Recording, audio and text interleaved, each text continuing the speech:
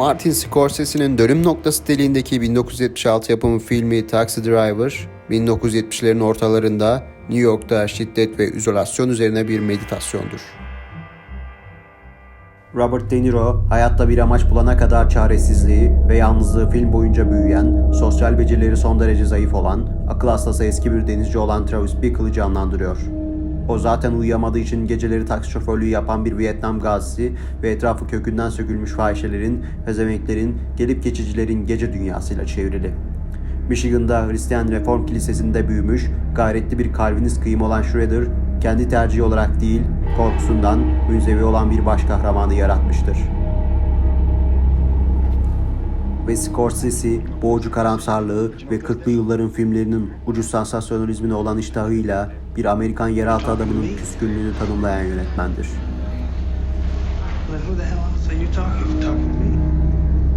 Filmin başlarında Travis uyum sağlamak ister. Ancak çalışacak bir grup modeli bulamaz. Böylece gizemli, sersemlemiş rehaveti içinde oturur ve arabayı sürer. İncideki bir öfkeyle New York'tan nefreti kusar. Ona göre New York cehennem kokusu yayar, pisliği ve müstehcenliği içinde kaybolur.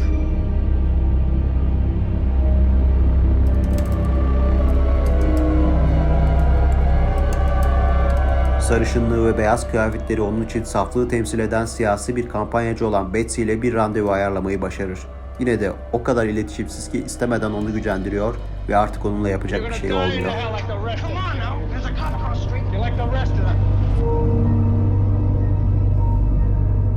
Travis, yalnızlık ve hüsrandan hasta olur ve ardından baskına hazırlanan bir komando gibi vücudunu arındırır ve öldürmek için eğitime başlar. Taxi Driver, hararetli bir film. Yer altından notların ham magazin versiyonu ve biz sonuna kadar kahramanın nefretiyle kalıyoruz.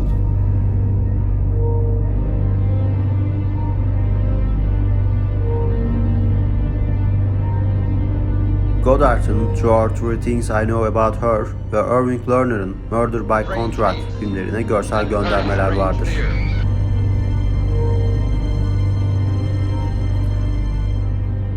Bundan daha fazlası, yönetmen ve Taxi Driver'ın senaristi Paul Schrader, bu 1976 psikodramasının John Ford'un The Searchers filminin tuhaf bir yeniden yapımı olduğunu açıkladı.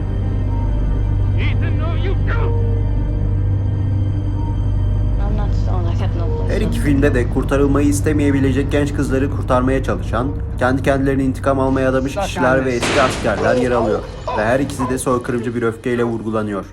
Travis Bickle, bir gün gerçek bir yağmur gelecek ve sokaklardaki tüm bu pisliği silip süpürecek diyor.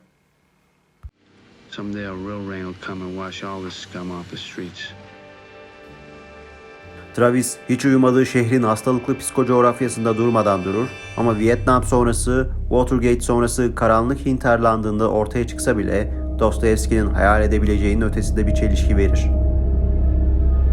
Şiddeti, nihilizmi ve New York'u modern bir Sodom ve Gomorra olarak tasvir etmesiyle şok edici olan film, Oscar'larda en iyi film dalında aday gösterildi ancak Sylvester Stallone'nin Rocky'sine yenildi. Ne olursa olsun şimdiye kadar yapılmış en iyi Amerikan filmlerinden biri olarak kabul ediliyor ve Rocky lehine göz ardı edilmesi tüm zamanların en korkunç Oscar adaletsizlerinden biri olarak kabul ediliyor.